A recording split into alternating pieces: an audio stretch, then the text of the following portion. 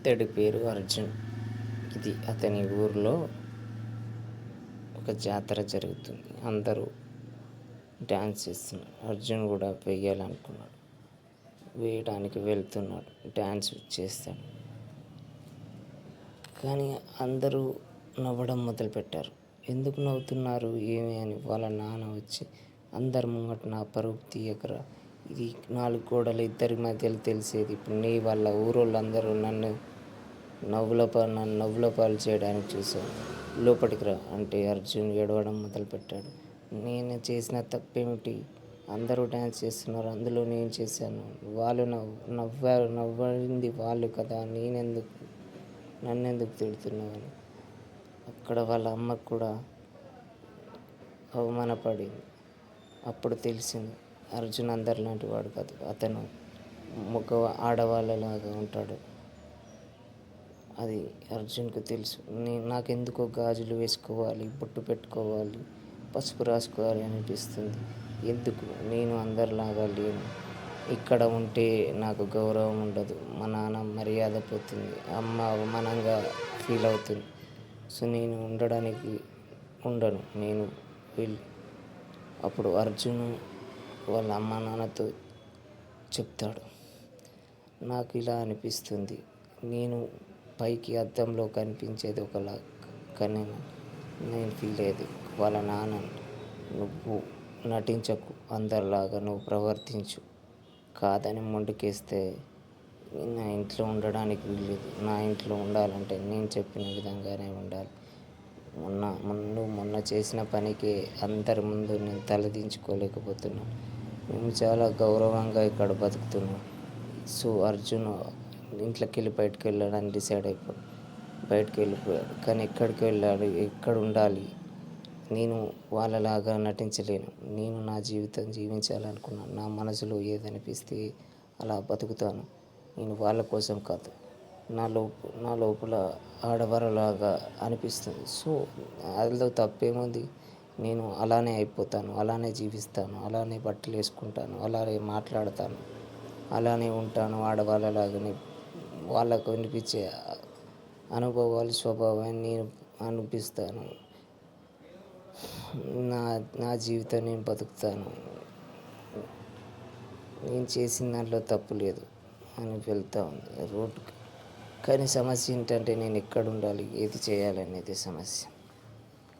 కానీ అర్జున్ అప్పటికే degree complete అయిపోయింది. అతనికి ఒక జాబ్, ఎక్కడికైనా వెళ్తే కంప్యూటర్లో చాలా నిష్ణాతుడు.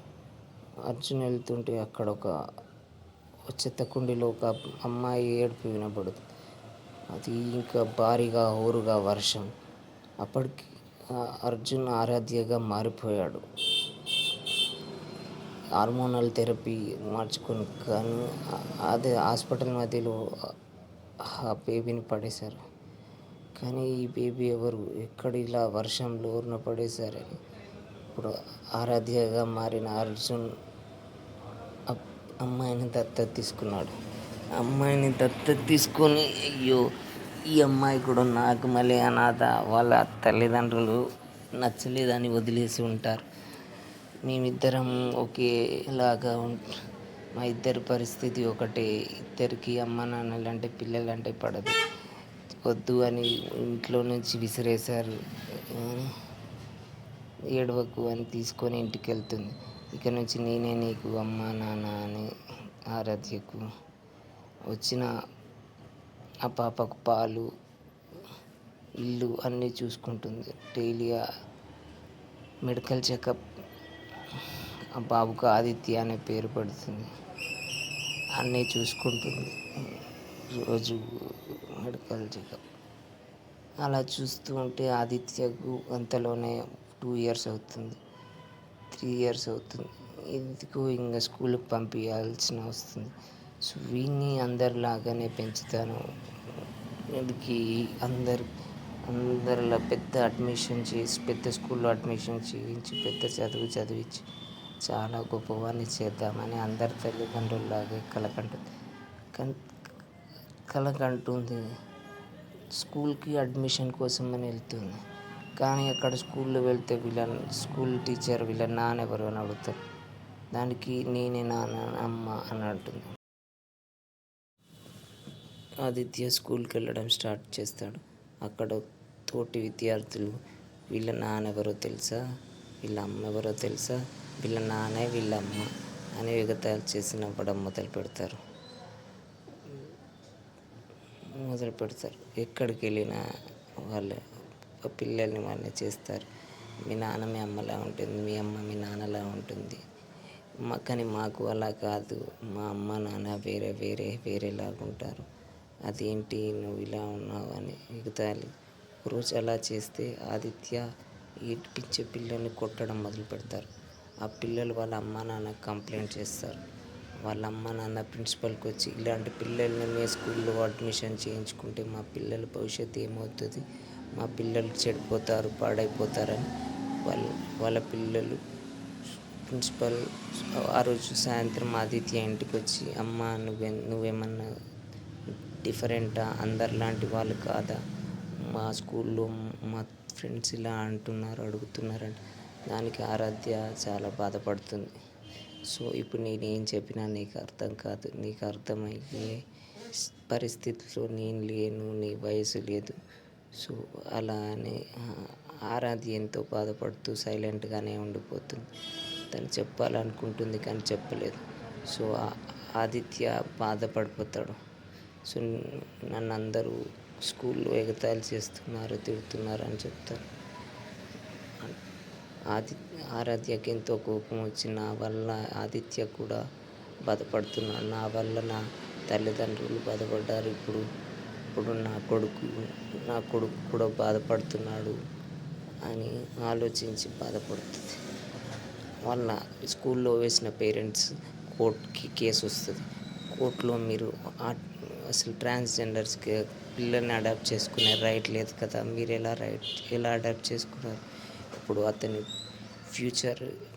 ఫ్యూచర్ ఏంటి, అమ్మ నాన్న ఎవరు, మీరు అలా చేస్తే అతని భవిష్యత్తు. కానీ నేను అతనికి అన్నీ చేస్తున్నాను, స్కూల్కి పెడుతున్నాను, తన ఫుడ్ కేర్ హాస్పిటల్ అన్నీ చూసుకుంటున్నాను, ఒక అమ్మ నాన్న ఎలా చూసుకుంటారో నేను అలాగా చూసుకుంటున్నాను, కానీ నాకు హక్కు లేదని మీరు ఎలా చెప్పగలుగుతారు, రేపు నేను అందరిలో అనేవాడిని పెద్ద చేసి చాలా ప్రయోజకుని చేస్తాను, నాకు లేదని కేవలం నేను అబ్బాయి నుంచి అమ్మాయి మారిన ఈ ఒక్క కారణంతోనే నాకు లేదని మీరు ఎలా ఉంటారో, నాకు ఇప్పుడు నేను ఒక అమ్మాయి లాగానే ఒక అమ్మకి ఉండే అన్ని ఫీలింగ్స్ ఎలా పిల్లల్ని పెంచాలో అన్నీ పెంచుతున్నాను, దానికి ఎలా చెప్తున్నారు, కానీ మీరు సమాజంలో హక్కు ఎలా బాధపడుతుంది. అప్పుడు ఆదిత్య స్కూల్ టీచర్ మీటింగ్లో తను ఒక రిహార్సల్ ప్రాక్టీస్ చేస్తాడు.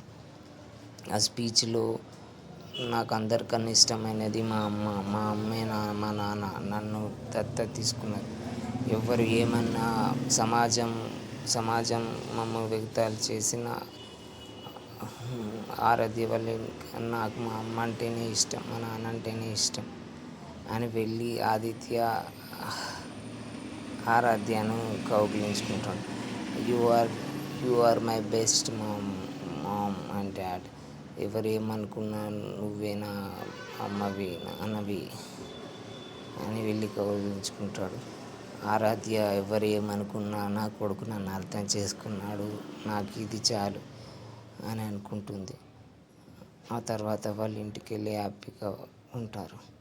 సో ఫైనల్గా ఆరాధ్యకి ఎన్ని కష్టాలు వచ్చినా తన కొడుకు అర్థం చేసుకున్నాడు.